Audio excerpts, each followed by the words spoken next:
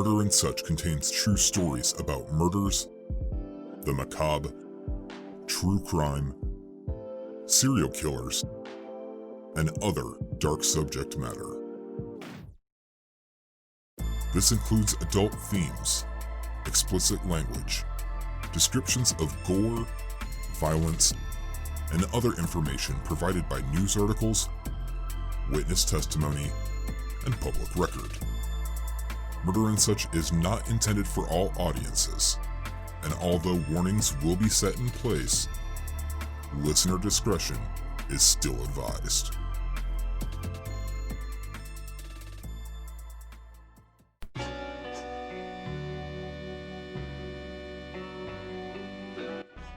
Now would you just look at that? It's only been a week since the last episode, and here we are, meeting once again. But, as it usually goes with these mid-release episodes, this one will be significantly shorter than the other, big boy episodes, as I like to call them. I will keep my Patreon shoutouts to the bigger episodes, but I would love to thank each and every one of my patrons for helping fund the show, and because of them, I'm able to create these smaller bits to keep you entertained for your crappy Monday morning commutes. So if you'd like to join my Patreon murder crew, you can find the information at patreon.com/murderandsuch, and you can join for just $1 an episode, and episodes like this will be free. Also, I'm eyeing the first week of September for mailing out my Jeff the Raccoon shirts, so if you'd like to save $10 on a shirt, I'd highly consider joining the Patreon page. You can still order a shirt if you don't want to join the Patreon page, so just check the Murder and Such social media pages on Instagram, Twitter, and Facebook at Murder and Such. So thank you again to my Patreon backers for their undying support, but let's get into this. The reason why I wanted to do this episode was mainly because since you and I are into true crime, we usually have a multitude of outcomes when it comes to criminal justice. With this episode, I'm only going to bring up a couple of different cases. The ones I can think of off the top of my head are cases where a murder takes place, a life is lost, and a suspect has been apprehended. But due to the justice system, there's been many people who have been falsely accused of murder or wrongfully convicted.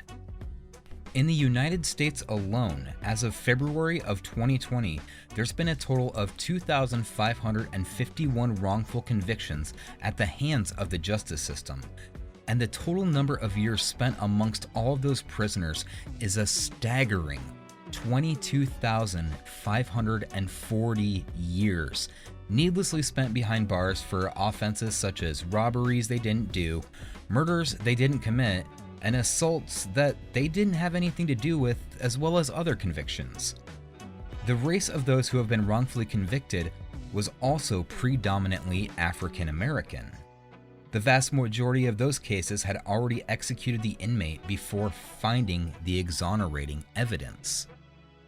But as the time has progressed, so has theory, technicalities, and technology to produce the evidence that either can send them to the gallows or let them out to see the free world once again. But it's not always the case, as sometimes the perpetrator is apprehended and formally charged, but they avoid the actual conviction. The ones that stick out to me the most are the ones where a jury failed to convict Casey Anthony and O.J. Simpson. But they are now free people, and unless there was new circumstantial evidence, they will not be sent to a new trial to attempt to have them held responsible. But what about the cases where someone is charged but the charges are still pending? What about the ones where no one has ever found the person who committed such a heinous act? Or what about the ones that spend months, years, and decades without a single person brought to justice? This episode is going to be about 3 specific cases, and trust me, they will be abridged. But in the last week, there have been 3 major breakthroughs when it comes to some cases that you very well may know about or have never heard about at all. But as always, my name is Hunter, and you're listening to Murder and Such, and this is episode 68.5, A Week of Justice. I've listened to all your statements, each one of them.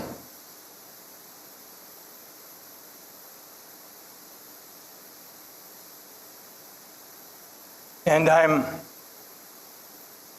truly sorry to everyone I've heard. Thank you, Your Honor. Thank you, sir.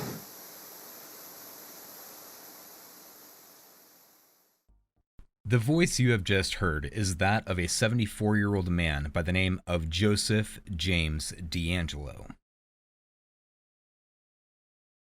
Over the course of the past few years, a lot of things have been forgotten about, considering the time that we're living in, where every news outlet, article, and political pundit is trying to grab your attention.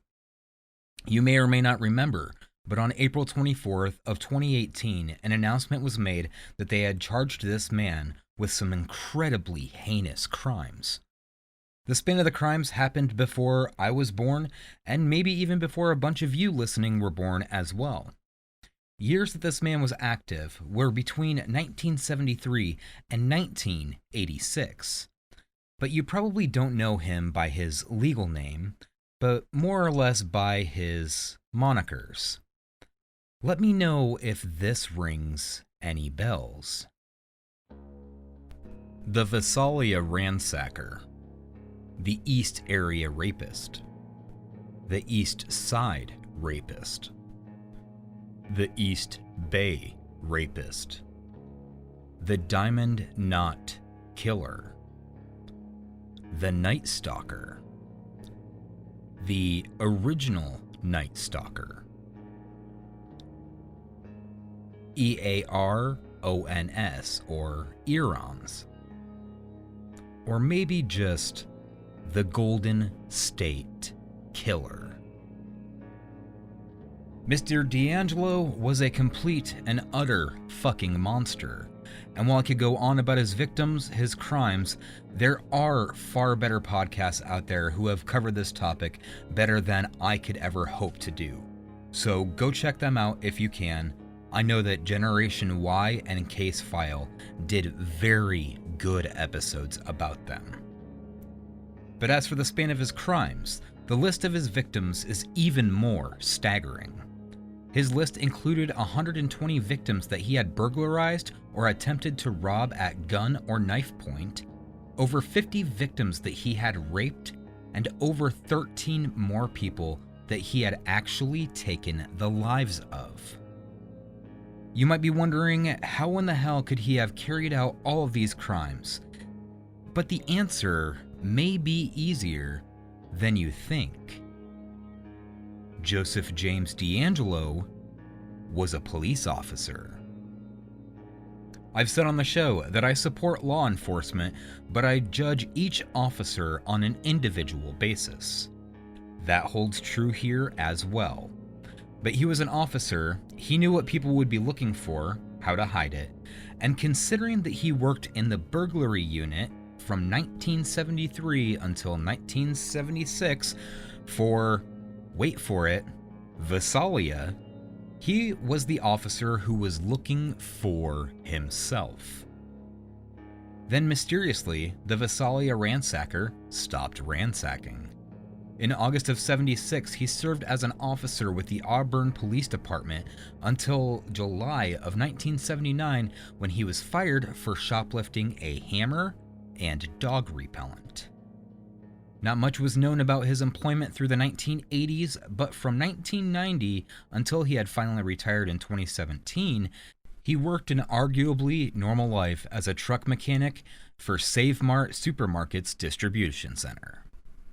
He had 3 daughters, a loving family with his wife, nieces and nephews, and everything seemed like it was just going to be okay for him.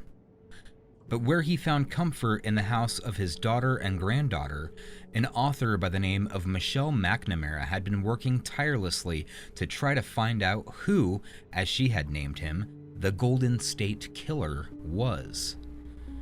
Michelle McNamara was also the wife of stand-up comedian and all-around beacon of good feelings known as Patton Oswalt. Michelle worked day and night trying to find out who this man who murdered more than 13 people could have been, and she even had helped link the DNA evidence between the East Area Rapist and the original Night Stalker, which gave him the moniker Aarons. And she started working on her book titled I'll Be Gone in the Dark, One Woman's Obsessive Search for the Golden State Killer. But unfortunately, Michelle had passed away on April 21st of 2016 at her home in Los Angeles, California, and her book was not yet finished. Her book did actually publish nearly 2 years later on February 27th of 2018. An HBO documentary series under the same name has premiered on June 28th of 2020. Patton Oswalt, as well as true crime authors Billy Jensen and Paul Haynes, had helped finish her book after Michelle's passing. But less than a month after her book had published, the FBI and local law enforcement had stated that they had charged Joseph James DeAngelo, age 72 at the time, with 8 counts of first-degree murder based on DNA evidence that they had obtained, which was compared with the DNA evidence from the East Area Rapist and original Night Stalker cases. The manner in which they got his full DNA profile was actually pretty crazy. Turns out that a relative of Joseph's had used an ancestry website and submitted their DNA profile, which garnered a hit with Joseph for the Aarons case. But police scouted his location and obtained a fingerprint from his door handle and managed to snag a discarded tissue that he had used, and when they had that profile, they ran the comparison profile and finally brought this monster into custody. He was held without bond until his trial, but due to the nature of the evidence that was stacked against him, he had opted to plead guilty on June 29th of 2020 to multiple counts of murder and kidnapping as to avoid the death penalty. But this past week, on August 21st of 2020, Joseph James DeAngelo was finally sentenced for multiple charges, 26 in all that ranged from armed robbery to home invasions, over 50 counts of rape, and over 13 counts of murder. I will say though, he has been suspected of more than the ones that he had formally admitted to. Now, I watched the conference, and after the guilty charges were read off, the judge said that the defendant deserves no mercy.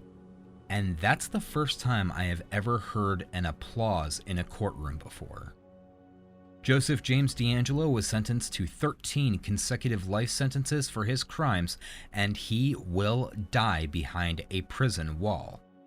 The words that you heard at the offset of this case were his final words to the court. And I will note that the judge also thanked Michelle McNamara for her tireless work with her book before she had passed away. With Joseph James DeAngelo, I can't say that justice was swift. And with a lot of cases, it takes a long time to bring somebody to justice, considering circumstantial evidence and trying to find a lead with the case. And it's very little solace for the victims that he had caused, the lives that he had destroyed, and the people that he hurt. But part of me is relieved that he will not see the outside world ever again. But it is a shame that he saw the outside world for as long as he did. This next case is one that has been 19 years in the making, and hopefully soon, some justice will be brought forward.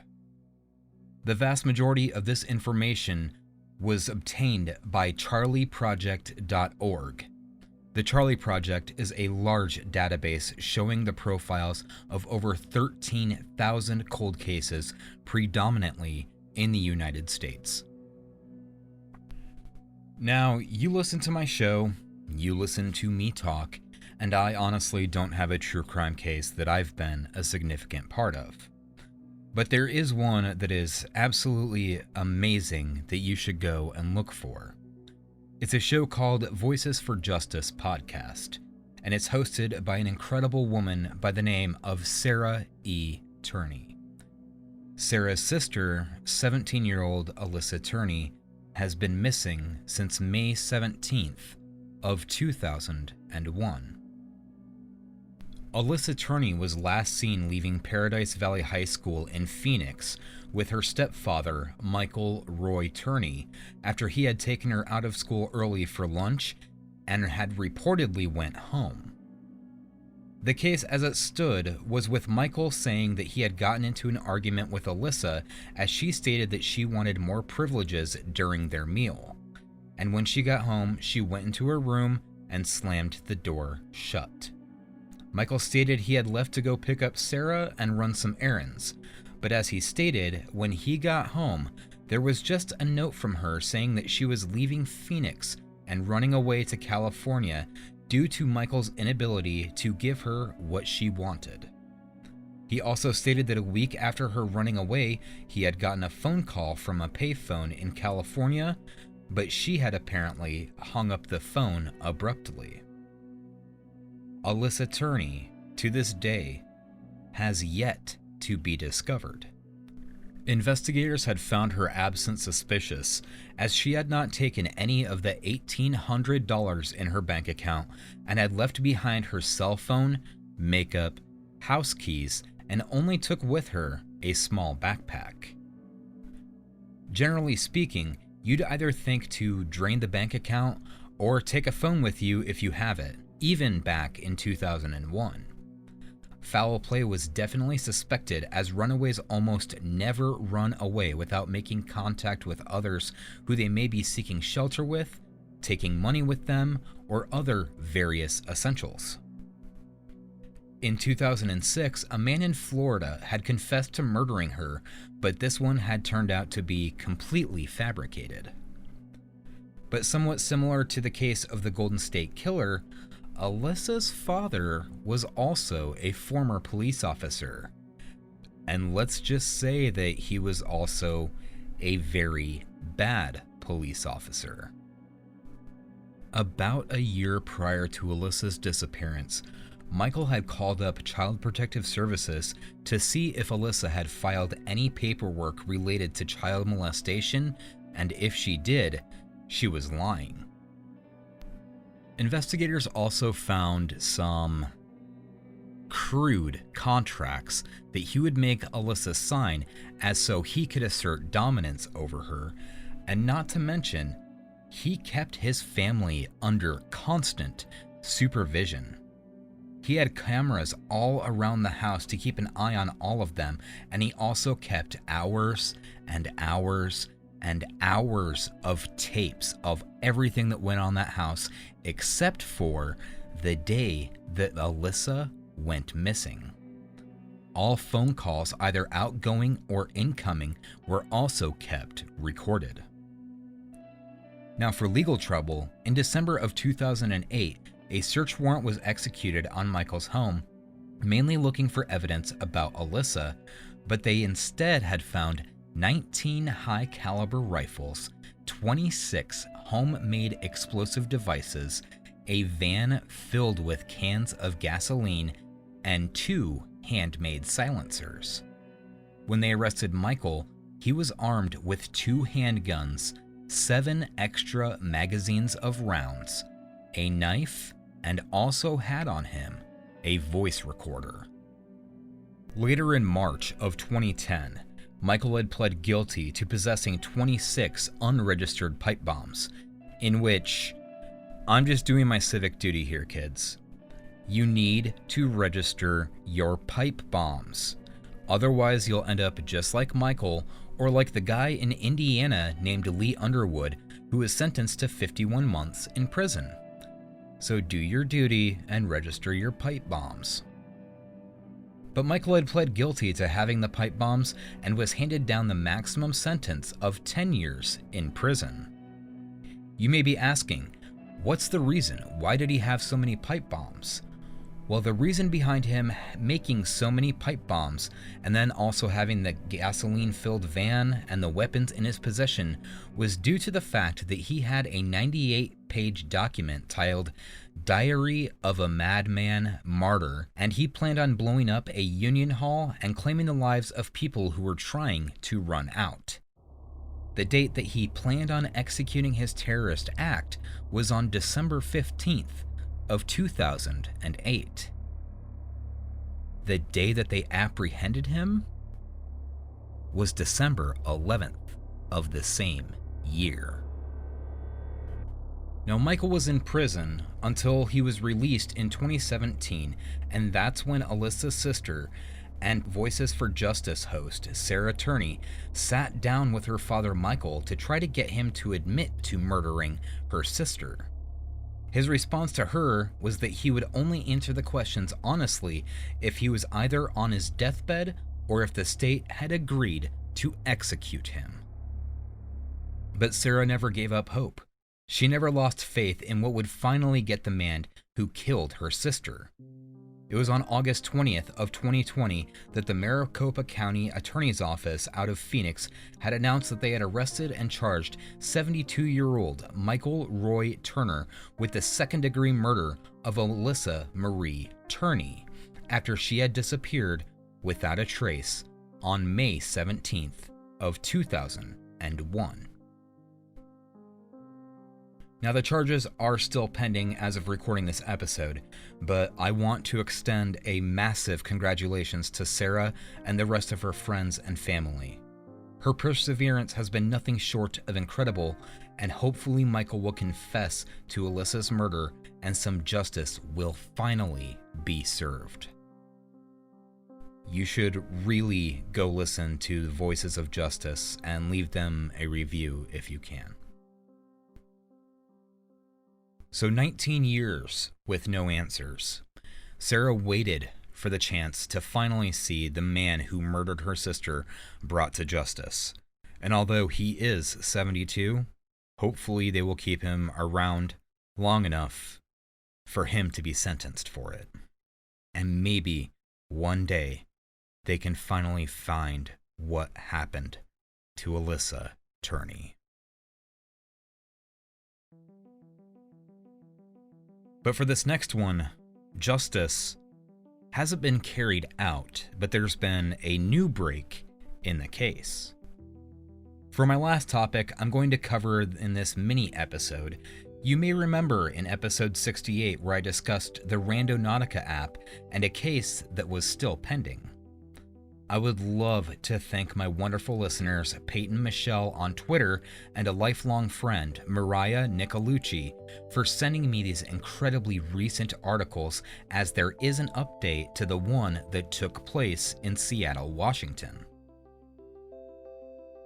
If you're unfamiliar or didn't listen to that case, the third topic I covered was about a TikTok user by the name of Ugg Henry and his friends using the Randonautica app. For his intent, I'm not entirely sure, but Henry and his friends were hunting for the GPS point at the shore of Alki Avenue in Seattle, Washington on June 19th of 2020 when they found a zippered suitcase resting on the rocks. Curiosity had gotten the best of them, and for what they thought could be money was quickly diminished, as when they opened the suitcase, they were greeted with thick, black trash bags, as well as the smell of decomposition. Henry and his friends had called the authorities, which quickly came and closed off the scene after Henry and his friends had given a statement to law enforcement officials. Investigators found not only one, but two suitcases, with one still resting in the waters on the shoreline.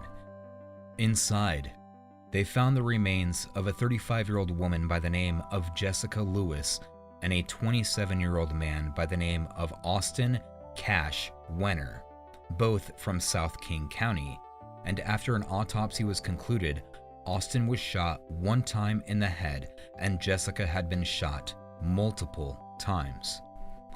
Both victims had been dismembered, placed into the thick trash bags, zipped up into the suitcases, and left near the coastline. Jessica was also the mother of 4 children. Now, where I last left off with that case was stating that Jessica's aunt had made a GoFundMe page in hopes of raising $10,000 as reward money for anyone who could lead investigators to the right area to lead to the eventual arrest and capture of who could have done this to Jessica and Austin. At the time of recording that, the GoFundMe had roughly $2,600. An update to the GoFundMe was posted on August 19th of 2020, where Jessica's aunt wrote, quote, "For those who would like to share a kind word to Jessica and her family, her memorial is now available on the link below. Thank you very much," end quote. At the time of recording this, the GoFundMe is now at $3,285. But the following day, on August 20th of 2020, her aunt had posted another update. Quote, "They have somebody in custody. I believe they got the monster who did this to them. Please continue to pray for their conviction in a court of law. That justice will be served, and I want to thank the Seattle Police Department and all their help finally being able to get the guy and anyone else involved. In the midst of their police chief resigning over the lack of support from the Seattle City Council to the protests and defunding their department, through all of that, they never wavered on their professionalism and promised to help our family in any way they could. God bless them for being diligent through all of that and helping us finally be able to sleep at night." End quote. The authorities had not stopped looking, although things were looking bleak as far as anybody knew.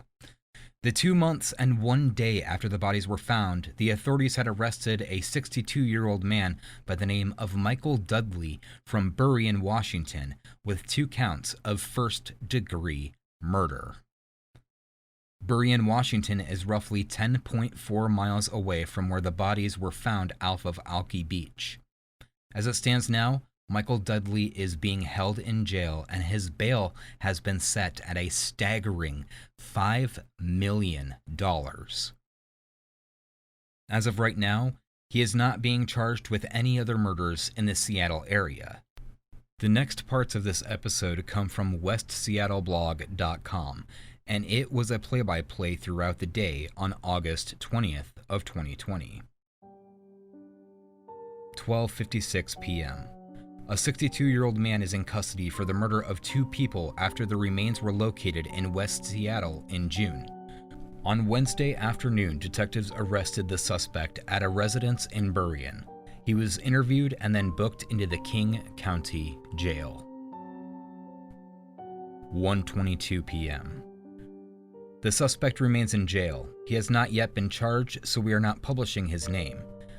We haven't found a felony record for him yet in the state files, but case documents from a 2016 misdemeanor domestic violence assault arrest in Burien describe him as, quote, "a convicted felon." He's due for a probable cause/bail hearing this afternoon, and we should have more information after that. 5:10 p.m. Still awaiting more details, but the jail register shows the suspect's bail is now set at $5 million. Now, as far as a probable cause, I found on westsideseattle.com this information from the statement of the probable cause. Quote, "Detectives learned through interviews of family and friends that the 2 victims were last seen at 16466 Ambaum Boulevard South in Burien, Washington. Detectives learned that the property belonged to Michael L. Dudley, born 12/29 of 1957. Detectives also learned that his cell phone number is," that is redacted, Detectives obtained the phone records of the victims and learned that their phones stopped transmitting or receiving data on 6/9 of 2020 at approximately 7:08. One of the last calls from the victim's phone was to Dudley at 7:01 p.m., and that call pinged off a cell tower within a mile of 16466 Ambom Boulevard South. Detectives learned from witnesses that Dudley had been renting a room to the victims but wanted them to leave, and he had been fighting with them. Detectives were able to gain a search warrant for 16466 Ambom Boulevard South, and it was served on August 19th of 2020. Dudley was taken into custody to the SPD Homicide Office. During the service of the warrant, CSI detectives found bullet holes, bullet strikes, spent rounds, and blood that was found in the Blue Room. Detectives also interviewed neighbors and told them that they had called 911 on June 9th of 2020 because they heard gunfire from inside the house and then yelling from a male, quote, "Please don't do this, just let me leave," end quote. Burien police responded but got no response when they went to the residence. A witness had told detectives that she had come to the residence on June 9th of 2020 in the late evening hours. She stated that she had seen an outline figure of a person under a pile of clothes with a bloody arm sticking out of it in the Blue Room. She told detectives that Dudley then asked her to leave because he had to, quote, "clean up his mess." When she returned to the house, she asked him what had happened, and he told her that his gun worked, but his didn't. Dudley was interviewed and told detectives that the victim stayed with him during the COVID quarantine period. He stated it was just the three of them. He admitted that the victims did stay in the Blue Room at his house. He had charged them $1,500 a month in rent, but they were not able to pay it. He admitted to having arguments with the victims. He stated that he owned a 9mm handgun and it was in his vehicle that we arrested him in. He also confirmed that his cell phone number was redacted. When asked about the blood found in the Blue Room, he told us that Jessica had cut herself before, and when asked if the blood was hers, he stated that he didn't know. He could not explain the bullets or the bullet holes in the Blue Room. It was also obvious that the room had recently been painted and cleaned. After the interview, he was booked into the King County Jail. Now, chances are, if he's being held on $5 million bond, then he probably did it. But with his violent history and the evidence surrounding the case, he is still innocent until proven guilty. But when Jessica's aunt stated that somebody knows something, she was definitely right. Michael Lee Dudley definitely knew something. Unfortunately, Jessica and Austin are gone. But luckily for Jessica and Austin's family and friends, there will soon be some justice finally brought to the table for this man who murdered a mother of 4 and her boyfriend over something as minuscule as rent money. As unprofessional as I may be, I would like to publicly declare that Mr. Dudley can go fuck himself. Now, justice doesn't always come this quick, like in the cases of the Golden State Killer and Alyssa Turney, but we can thank the advancement of modern technology and forensic pathology for not only helping to convict those who have committed some horrible acts, but also to exonerate those who have been wrongfully convicted.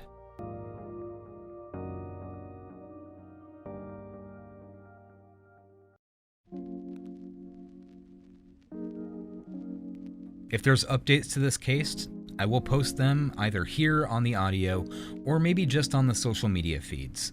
And if you would like to follow the show on Twitter, Instagram, and Facebook, you can find the show by following @MurderandSuch. And if you would like to follow me, you can find me on Instagram, Twitter, the PlayStation Network, Snapchat, and Steam @Huntor27. Now stay tuned after my executive producer thank yous, and I'll tell you a little bit more about the new shirts. A massive thank you to my executive producers, Casey Jones, Brad Hyatt, Kyle Wesley, Natalie Stern, Laura McDonald, Jenna Kagawa, Martha Pierce, Alex Aguirre, Justin Reebsum, McKenna Nicole, Ariel Safir, Stacy Jenks, Dan Sheridan, Benjamin Welch, William T. Dawson, Sarah Thompson, Rainbow Stanley, Lacey Velasquez, Erica Summers, Daniel Longamore, Heather Wright with Nature vs. Narcissism and Ohio 88 podcasts, Big Daddy Thick Dick, Dakota Curtis, and of course, Ashley Black and Tech Support. And if you would like to join them, as well as my other patrons, get the show early, ad-free, exclusive stickers, and my undying gratitude, you can find the Patreon page at patreon.com/murderandsuch. And if you join, you'll even save $10 on my Jeff the Raccoon shirts. But if you don't want to commit, you can still order a shirt. Just check the Facebook, Instagram, and Twitter accounts for more informations, and all prices include shipping. So that's pretty damn cool. But as always, I thank you for being here with me for this episode, and I thank you for telling a friend. If you can, please leave a 5-star review on Apple Podcasts, which truly helps get my show out there. Tell your friends to leave a review as well, and tell them to put, Hunter sucks, but Jeff the Raccoon is awesome. But along with, those 5 stars. Anything helps. But I thank you again, and remember to wear your mask, wash your filthy goddamn hands, call someone you love today, and until next time, I will talk to you soon. Take care.